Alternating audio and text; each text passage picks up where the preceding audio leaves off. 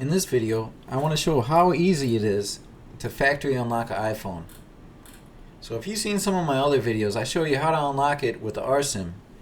The problem with the rsims is the ICC ID numbers change all the time. So you could get stuck without being able to use your phone if Apple changes it in the servers. So I went to eBay and I ordered the unlock service. I paid $89 and it took about 3 days to do. After it was completed, they sent me a message and it gives you the instructions. It says remove your SIM card and basically just put in the new SIM card. You don't have to do anything else. So I'm going to show you that in the video. As you can see, it shows AT&T on top. I still have the AT&T SIM card in. Eject that with the SIM card tool.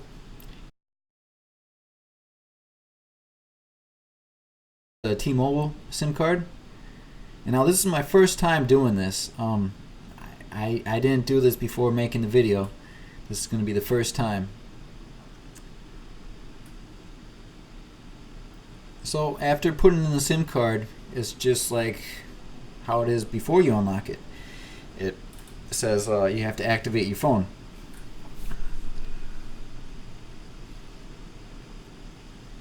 This process actually took a lot longer than it does with the rsim. The rsim usually finishes in about 10 seconds. This one went on for a while. But as you can see, the phone got activated, so it means that it was unlocked. Let me try to make a call here. See if it works.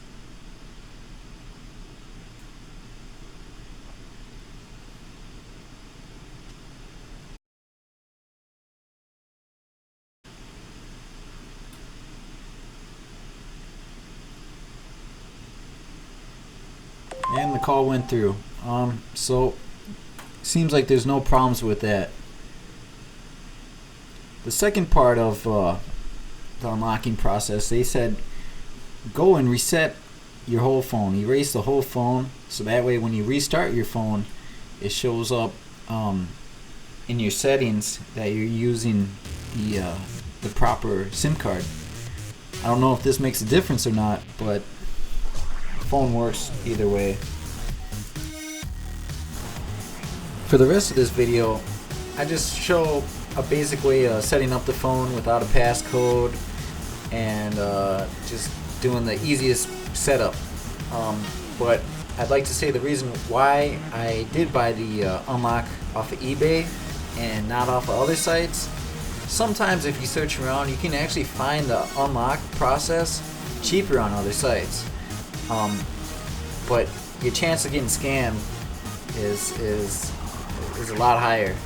At least with eBay, you can read other people's feedback, real feedback, for most cases anyways, and if you ever have any problem, you can dispute it with PayPal, and it's easy to do.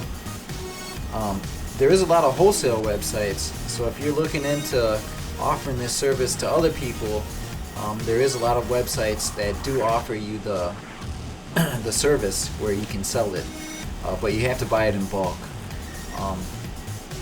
From my experience, I've always been successful and haven't been scammed on eBay, so I'd recommend it to everybody.